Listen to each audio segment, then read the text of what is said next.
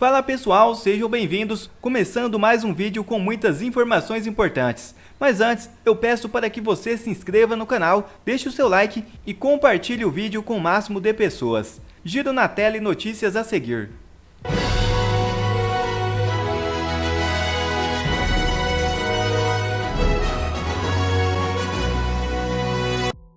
Moraes concede liberdade provisória a réu do 8 de janeiro. Defesa de Eduardo Antunes apresentou atestado que confirma problemas cardíacos. 18 horas 37 minutos, o ministro do Supremo Alexandre de Moraes concedeu liberdade provisória a um homem de 65 anos de idade que foi preso pelos atos do 8 de janeiro. A decisão foi tomada no último dia 15, depois de um laudo médico apontar que o detento apresentava risco de morrer na prisão por conta de problemas cardíacos. Eduardo Antunes é advogado e assessor jurídico da Santa Casa de Misericórdia de Gataquases, em Minas Gerais. Ele foi preso em março por suspeita de participar da invasão do Congresso.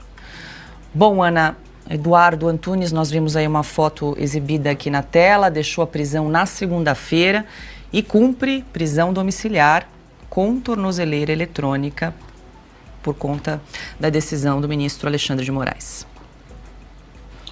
De novo, Paula, o Silvio sempre fala aqui, mas nós somos um disco arranhado porque a vida no noticiário no Brasil é um disco arranhado.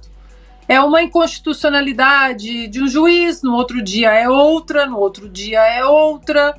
O 8 de janeiro, então, produziu centenas de inconstitucionalidades e imoralidades, né? A desumanização das pessoas que foram presas injustamente no 8 de janeiro é inacreditável. Aqui, de novo, como o Silvio também sempre fala, vamos sempre fazer a ressalva que os vândalos, os criminosos, os arruaceiros, que eles todos paguem pelos seus crimes, por aqueles crimes que eles cometeram.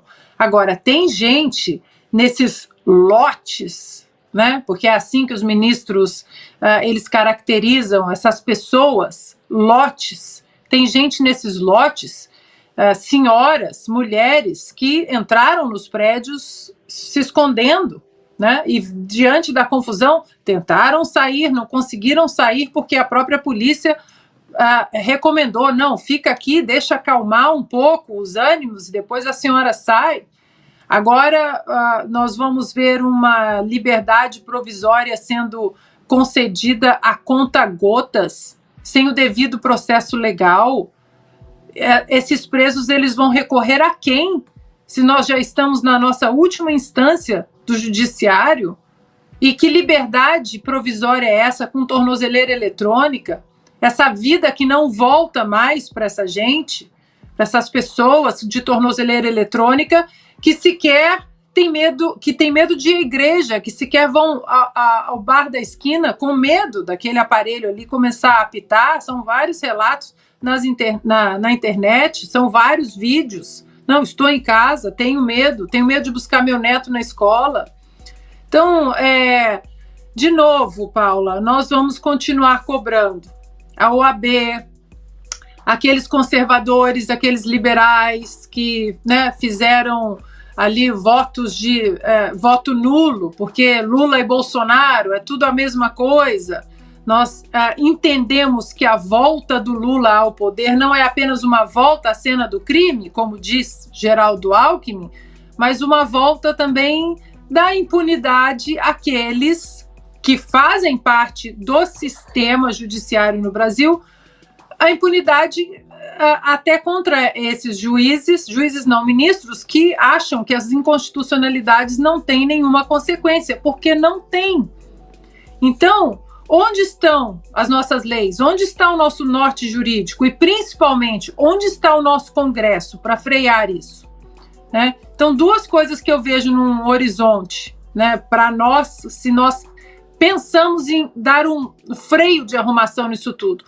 A extinção do foro privilegiado, porque não dá mais para o Congresso ficar de joelhos para o Supremo Tribunal Federal o tempo todo, porque todos os parlamentares criminosos, culpados, investigados com inquérito ou ações ou não, eles ficam reféns das canetas ativistas dos membros do Supremo Tribunal Federal, e o Senado, que tem que tirar da cadeira de presidente o Rodrigo Pacheco, que nós sabemos também que o próprio escritório de advocacia tem inquéritos na mesa do Supremo Tribunal Federal.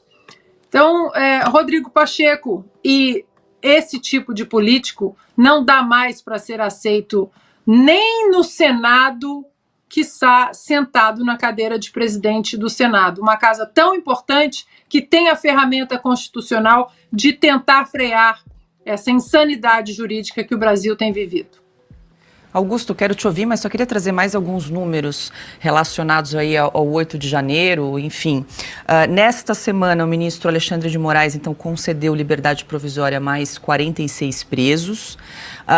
Moraes também validou 38 acordos entre a Procuradoria-Geral da República e os acusados, aquele acordo de não persecução penal que nós comentamos aqui.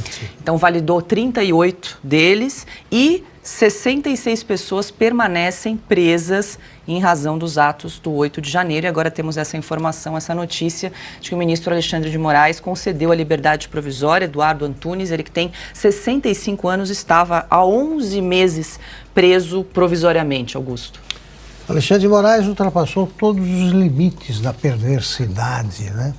Eu acho que posso falar em nome de todos aqui para convidá-lo seriamente, já que ele acabou de conceder uma entrevista à Folha de São Paulo, para conversar com a gente. E eu adianto a pauta do meu caso. Eu tenho uma pergunta a fazer a ele e só. Bastaria isso. E ele terá todo o tempo para responder. Como ele justifica a permanência, a continuidade da prisão, porque quem está atado a uma tornozeleira eletrônica está preso, depois de, aspas, libertar algum suspeito.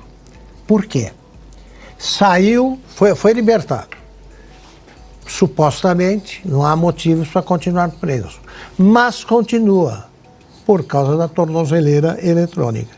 Eu quero saber como é que ele explica isso.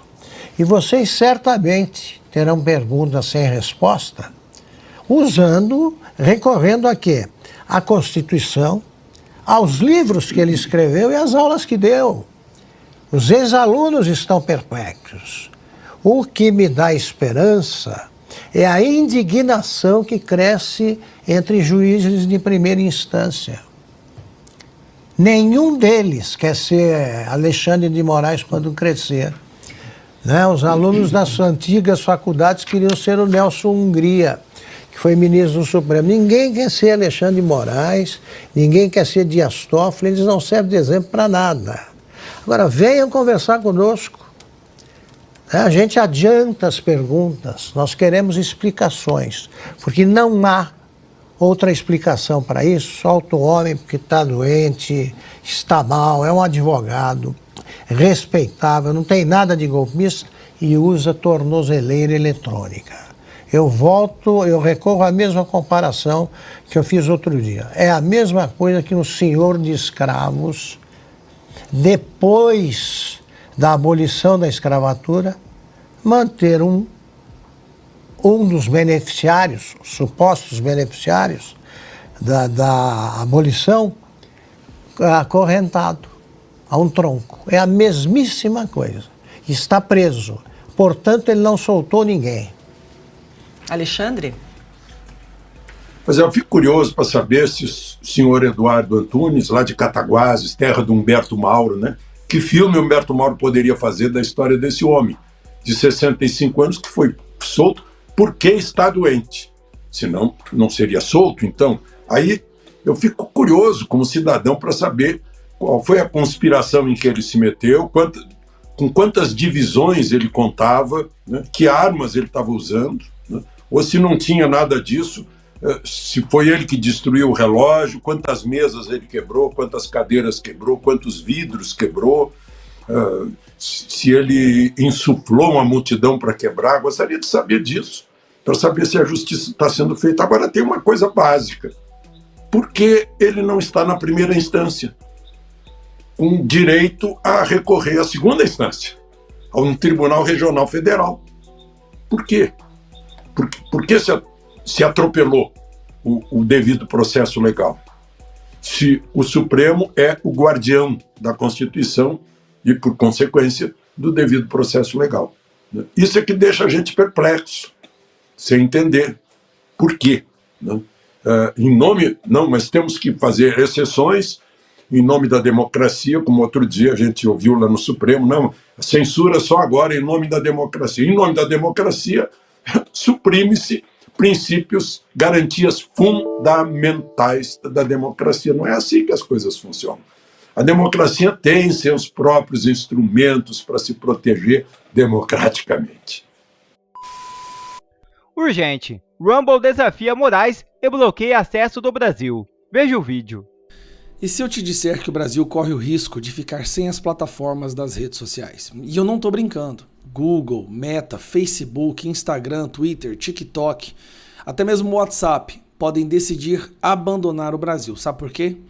O nível de censura, de perseguição e tentativa de responsabilizar essas plataformas por tudo de ruim que acontece no mundo, sem falar criar novos mecanismos de financiar a imprensa, tirando do caixa dessas plataformas, que são empresas, está tornando o Brasil o ambiente mais hostil no mundo para que elas possam existir.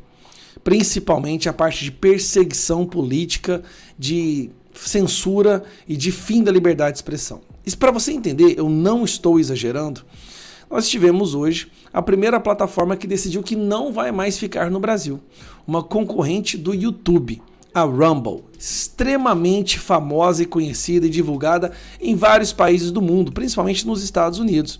Estava crescendo e era a plataforma que mais crescia aqui no Brasil, e de repente ela decidiu simplesmente ir embora, não compensa mais ficar aqui. Eu vou te explicar o que aconteceu. Vamos dar uma olhada na matéria.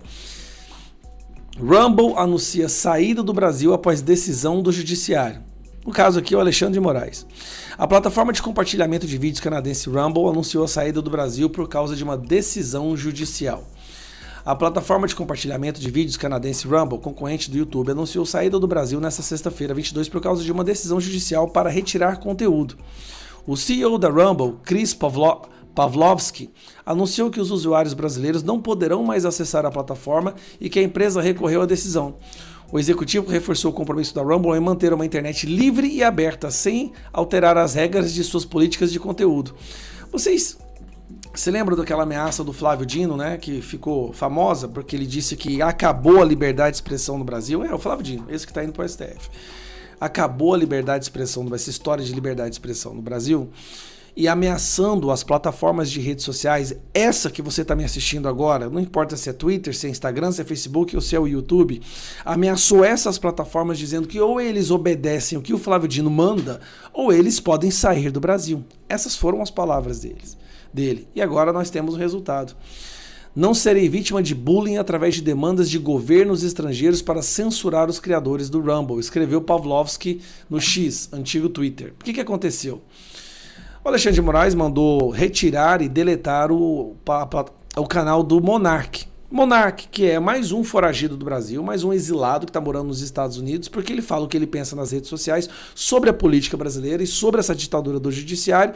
Como ele viu que ele era o próximo a ser preso, fugiu para os Estados Unidos. Sem falar que aqui ele teve todas as suas redes bloqueadas e suas contas bancárias também. Mas bem, foi ele para os Estados Unidos e lá continuou postando o seu conteúdo no Rumble, até que o Alexandre de Moraes determinou que mandou o Rumble apagar o conteúdo dele, assim como do Terça Livre e vários outros.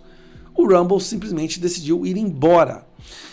Na cabeça do pessoal do Rumble, olha, não tem como ficar em um país onde não existe mais liberdade de expressão. Nós existimos por causa da liberdade de expressão, então o jeito agora é ir embora. Foi o que o Rumble fez. Esse aqui é o conteúdo que ele acabou de postar, né, o Chris Pavlovski. Tá aqui, ó. Recentemente, as cortes brasileiras exigiram que nós removêssemos os certos conteúdos do Rumble. Como parte da nossa missão de restaurar a liberdade da internet livre, nós temos o compromisso de não mover goalposts ou content policy. Nós não vamos mudar nossa política interna. Usuários com visões impopulares são livres para acessar a plataforma, nos mesmos termos que os nossos milhões de outros usuários. De acordo com isso, nós decidimos desativar o acesso do Rumble para os usuários no Brasil, enquanto nós recorremos à legalidade dessa demanda da Corte Brasileira. Nós estamos desapontados com as decisões da Corte, que tem causado o povo brasileiro a perder sua habilidade de ver um amplo leque de conteúdo do Rumble. Essa ação não vai ter um efeito material nos nossos negócios, mas nós esperamos que a Corte Brasileira reconsidere suas decisões para que nós possamos restaurar os nossos serviços. Alexandre de Moraes tinha ordenado o bloqueio da conta de Monark no Rumble. Como vocês podem ver, está aqui o problema principal. Alexandre de Moraes tinha... Bom, decisões do Alexandre de Moraes acabou de fazer com que uma plataforma de milhões e milhões de usuários se retirasse do Brasil. Porque não dá para ficar em um país onde não há liberdade de expressão. Esta é a situação do nosso país. É a situação que a gente chegou.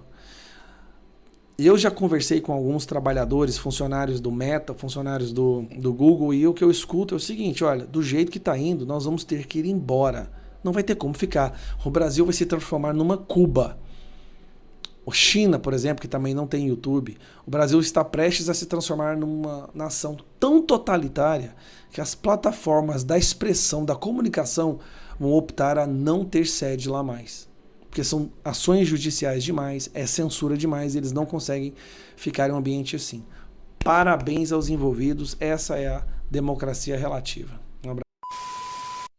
Outra notícia na tela. Moraes caça decisão do STJ e pena de prisão para ladrão de celular é restabelecida para 4 anos.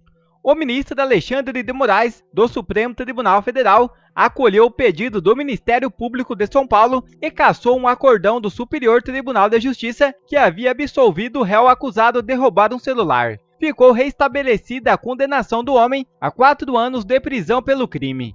No centro do caso está um roubo ocorrido em novembro de 2022 na Vila Mauá, mediante grave ameaça exercida com simulação de porte de arma de fogo. O réu pegou um celular e um cartão de banco de uma vítima que andava na rua. Em primeiro grau, foi condenado a 7 anos e 4 meses de reclusão. Depois, o Tribunal de Justiça de São Paulo reduziu a pena para 4 anos e 8 meses de reclusão. A defesa então recorreu ao STJ, que absolveu o réu após reconhecer a nulidade das provas obtidas durante busca pessoal da Guarda Municipal ao acusado. O Ministério Público de São Paulo recorreu ao Supremo, alegando que havia fundada suspeita que os agentes de segurança pública procedessem à busca pessoal no acusado. Segundo a promotoria, houve flagrante delito no caso, vez que o réu foi seguido pela vítima até que esta, temerosa, passou a tarefa aos guardas municipais que seguiram no encalço do suspeito, até encontrá-lo, estando ele com os pertences roubados à vítima. O ministro Alexandre de Moraes atendeu o pleito do Ministério Público de São Paulo, ponderando que não há nenhuma ilegalidade na atuação da Guarda Municipal ao prender em flagrante o acusado. Em sua avaliação, foi suficientemente demonstrada a existência de justa causa para a busca pessoal. Quer ver mais vídeos como esse? Então inscreva-se agora mesmo no canal, deixe o seu like e compartilhe esse vídeo com o máximo de pessoas. Assim você vai estar me ajudando demais. Fico por aqui, um forte abraço e que Deus abençoe a todos. Brasil acima de tudo e Deus acima de todos.